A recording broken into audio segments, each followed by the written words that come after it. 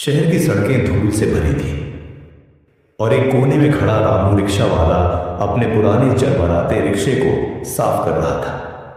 चेहरे पर पसीना, आंखों में थकान, लेकिन फिर भी होठों पर मुस्कान। यही उसकी पहचान थी। वो मेहनत से कमाता था, ईमानदारी से जीता था, लेकिन उस दिन किस्मत ने उसके लिए कुछ और ही लिखा था।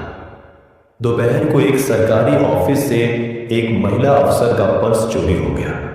उसमें पैसे, एक ऑफिस पास और कुछ जरूरी फाइलें थी। थोड़ी ही देर में अफसर ने गुस्से में अपने बॉडीगार्ड को चिल्लाया, वो रिक्शा वाला वही था बाहर, उसी ने किया होगा चोरी। रामू उस वक्त बस हेलो फ्रेंड्स, क्या ये कहानी आपको अच्छी लगी? अच्छी लगी तो लाइक सब्सक्राइब जरूर करिएगा। स्टैंड के बाहर बैठा था, अपने रिक्शे में बैठे एक बच्चे को टॉफी दे रहा था। तभी पुलिस ने आकर उसे पकड़ लिया। भीड़ जमा हो गई। लोग कहने लगे, अरे हाँ, यही रोज यहाँ खड़ा रहता है, गरीब है, कुछ भी कर सकता है। किसी ने सच्चाई नहीं पूछी। पुलिस ने उसे बिना सबूत के थाने ले जाकर घंटों बैठा रखा।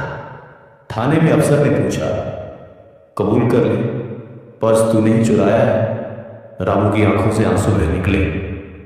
साहब, मैंने किसी का कुछ नहीं लिया।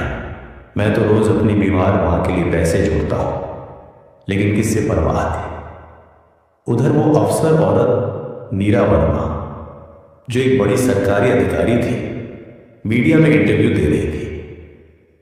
हमारे सिस्टम में ऐसे छोटे अपराधियों के लिए जगह नहीं है, सख्त कार्रवाई होगी। कैमरे के सामने वो ईमानदारी की बात कर रही थी और पीछे एक गरीब का जीवन तबाह हो रहा था।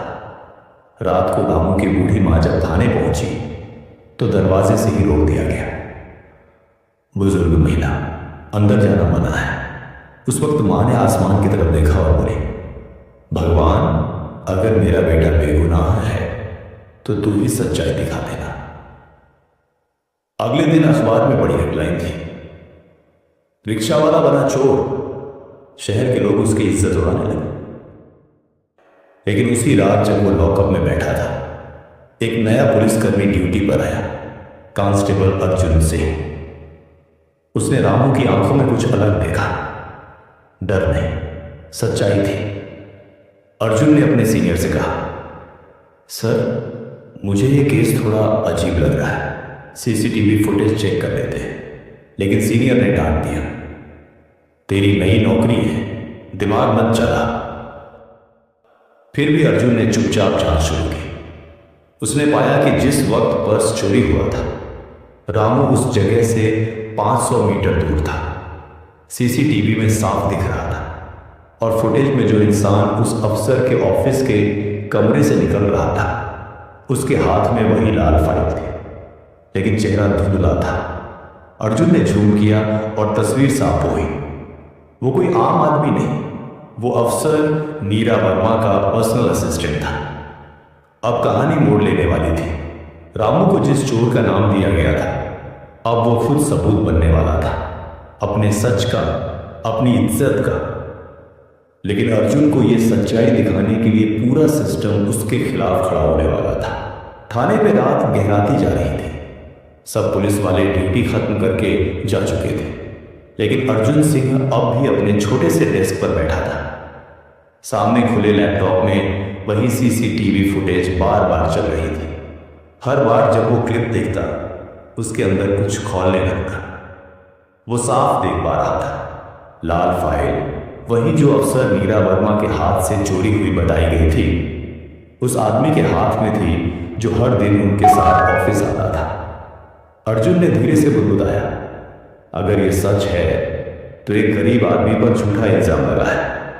लेकिन वो जानता था कि अगर उसने ये सब बिना सबूतों के बताया तो उसकी नई नौकरी खतरे में पड़ जाएगी।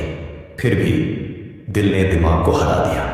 उसने तय कर लिया, जो भी हो, इस बार सच्चाई दबने नहीं दूंगा। अगली सुबह वो फिर से नीरा वर्मा के ऑफिस पहुंचा।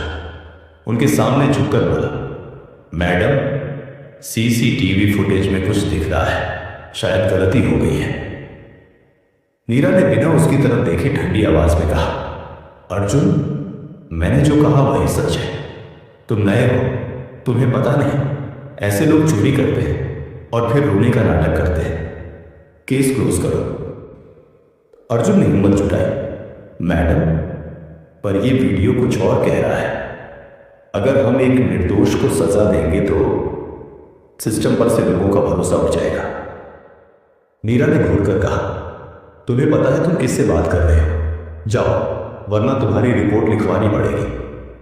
अर्जुन चुपचाप बाहर निकल गया, लेकिन अब वो डरने वाला नहीं था। उसने सबूत अपने पेन ड्राइव में कॉपी किया और सीधे मीडिया ऑफिस पहुंच गया, जहां उसका एक पुराना दोस्त काम करता था। नाम था रवि शर्मा, एक ईमानदार पत्रकार। रवि ने फुटेज देखी और बोला, भाई ये तो बड़ा मामला है, लेकिन अगर हम ये चलाएंगे तो ऊपर से दबाव आएगा। अर्जुन बोला, भाई एक गरीब की जिंदगी दांव पर लगी है। अगर हम चुप रहे तो फिर पुलिस यूनिफॉर्म का मतलब ही क्या है? रवि ने गहरी सांस ली। ठीक है, पर हमें ठोस सबूत चाहिए। ये वीडियो अकेला काफी नहीं होगा। इसी बीच थाने में रामू अब भी बंद था। 3 दिन से उसे सही खाना नहीं मिला था। वो हर रात अपनी माँ को याद करता, जो बाहर दरवाजे पर बैठी रहती थी, थककर भी घर नहीं जाती थी। उसकी आंखों से आंसू बहते, माँ मैंने कुछ नहीं किया, पर कोई मानता नहीं। पास बैठे अर्जुन ने चुपके से कहा, रामू मैं तेरा केस फिर से खोलूंगा, तू भरोसा रख। रामू ने थकी हुई मुस्कान दी। साहब, गरीब पर भरोसा कौन करता है, लेकिन अगर आप सच्चे हैं तो भगवान आपका साथ देगा। अर्जुन ने रातों को जागकर सबूत इकट्ठे करने शुरू किए। अफसर के ऑफिस के सीसीटीवी, उस पर्सनल असिस्टेंट की कॉल रिकॉर्ड और उसके बैंक ट्रांजैक्शन। धीरे धीरे सच्चाई सामने आने लगी। चोरी के बाद उसी दिन उस असिस्टेंट के अकाउंट में 1 लाख रुपए ट्रांसफर हुए थे और वह अगले दिन अचानक छुट्टी लेकर गायब हो गया था। अब मामला साफ था, असली चोर वही था और रामू बस एक आसान शिकार बना था। अर्जुन ने सबूतों का पूरा फाइल तैयार किया और सीधे एसपी ऑफिस गया। एसपी ने सारे रिकॉर्ड देखकर कहा, अगर ये सच है तो ये बहुत बड़ा केस है बेटा, लेकिन ध्यान रखना इसमें एक बड़ी अफसर का नाम है। अर्जुन बोला, सर मैं सच के लिए खड़ा हूं, किसी के खिलाफ नहीं। एसपी ने इमरजेंसी मीटिंग बुलाई। नीरा वर्मा को भी बुलाया गया। वो आत्मविश्वास से आई, मानो सारा मामला पहले से तय हो। पर जब स्क्रीन पर वीडियो चला और उसमें उनके पर्सनल असिस्टेंट को लाल फाइल के साथ ऑफिस से निकलते देखा गया, उनके चेहरे की सारी रौनक उड़ गई। एसपी ने कहा, मैडम ये फुटेज कल की तारीख की है और आपके बयान के वक्त ये व्यक्ति गायब था। क्या आप कुछ कहना चाहेंगी? नीरा की आंखें नीचे झुक गई। वो समझ चुकी थी कि झूठ ज्यादा देर नहीं टिक सकता। इस कहानी से आपको क्या सीख मिलती है, ये कमेंट में जरूर बताइएगा और चैनल को सब्सक्राइब कर लीजिएगा। तब के लिए बाय बाय।